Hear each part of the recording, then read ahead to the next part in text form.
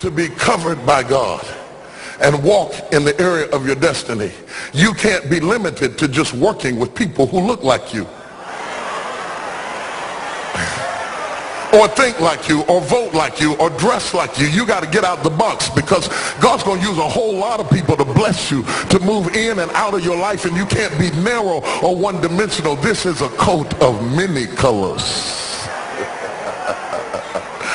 Oh yes, it's a coat of many colors. Do not categorize the blessing by colors. It is not the colors you need to watch, it is the character. Watch out for the character. I'm going to tell you, there are three basic types of people that you will interact with if you are a child of destiny. Can I share this with you? The first group are confidants. Confidants. You will have very few of them. Confidants are those people in your life who love you unconditionally. They are into you. Whether you're up or down, right or wrong, they are into you. They are in for the long haul. If you get in trouble, they get in trouble with you. They'll come see you in the jailhouse. They'll come get you out the crack house. They're confidants. You can open up and share anything with them. You'll never inherit your kingdom until you find your confidant. You can't be David till you find your Jonathan. Having a good confidant is the key that unlocks the kingdom, because you were raised outside the gate and God's going to cause you to reach over the wall. You got to have a confidant behind the wall who can mentor you for what God is going to do next in your life. The problem with most people is that everybody they run around with is under them.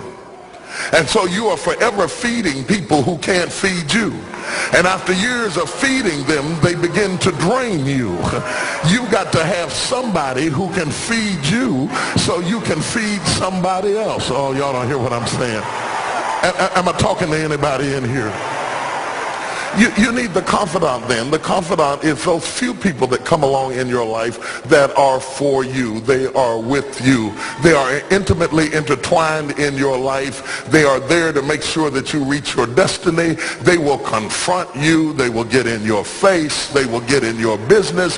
They will tell you when you're wrong, because they are confidants. If you have 2 or 3 of them in a lifetime, you are a blessed person. Without them, you'll never be who God called you to be. You need to find your confidant. Number 2, the other group are your constituents. They are not into you. They are into what you are for. They are for what you are for. They are your constituents. And as long as you are for what they are for, they will walk with you and work with you and labor with you, but never think that they are for you. They are for what you are for. And you have to know that, because if they meet somebody else that will further their agenda, they will leave you and hook up with them, because they were never for you. They were just for what you were for. They are your constituents. And throughout your life, if you're not careful, particularly if you're broken, you will mistake your constituents for your confidants. And you will think that they are for you when they are really not for you. They are just for what you are for. And by the time you get through falling in love with them, they will break your heart as they hook up with somebody else who is for what you are for, because it was never about you anyway. It was about the causes that you represent. They are for what you are for, but they are not for you. They are your constituents. Can I go deeper with this? The third group are your comrades. These people are not for you, nor are they for what you are for. It is just that they are against what you are against. And the comrades will make strange bedfellows. This will cause people to come together who are not for you, and they are not for what you are for, but they are against what you are against. And they will team up with you to help fight a greater enemy. But don't be confused by their associations. They will only be with you until the victory is accomplished. These people are like scaffolding. They come into your life to fulfill a purpose. And when the purpose is complete, the scaffolding is removed. But don't be upset when they are removed, because the building always remains when the scaffolding is removed.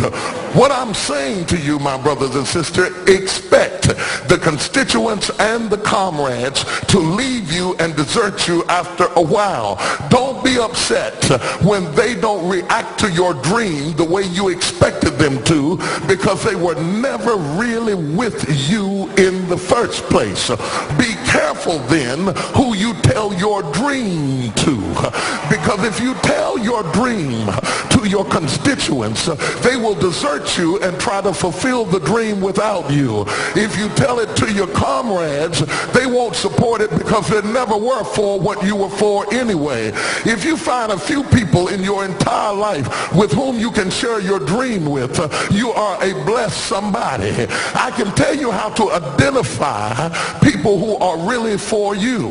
If they are really for you, they will weep with you when you weep, and they will rejoice when you rejoice. When you walk in a room and you tell somebody good news, stop being happy for a minute and watch their reaction. If they're not happy for you, shut your mouth and walk back out of the door. Oh, y'all don't hear what I'm saying to you. Oh yeah, because when they are really connected to you, they will be happy for you when you share your dream. Find somebody, look them in the eye and say, are you happy for me? If you don't get the right reaction, don't tell them anything else. You need somebody who's really going to be happy for you. I don't want just anybody praying for me. I don't want none of them haters praying for me, because you know you hate me and you don't want me to succeed. I want somebody praying for me who really wants me to be blessed, who wants me to be an overcomer, so you can put up your oil and stop speaking in tongues, because you know you never did speak to me anyway, and ain't no need in you coming up here in this hospital like you gonna pray some cancer up off of me. I'd rather have somebody who really loves me lay across the bed and rebuke the devil. And God is so faithful, he'll always give you somebody. Oh, if he ever sent anybody into your life to help you, you ought to just clap your hands and thank him for the people he sent. Don't worry about the people he took. You ought to praise him for the people he sent. Tell somebody, say, somebody help me. I didn't get here by myself.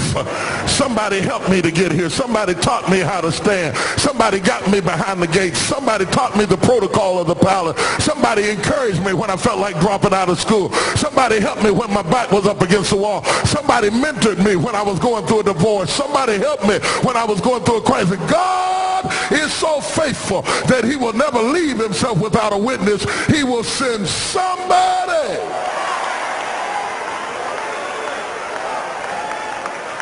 Can I preach on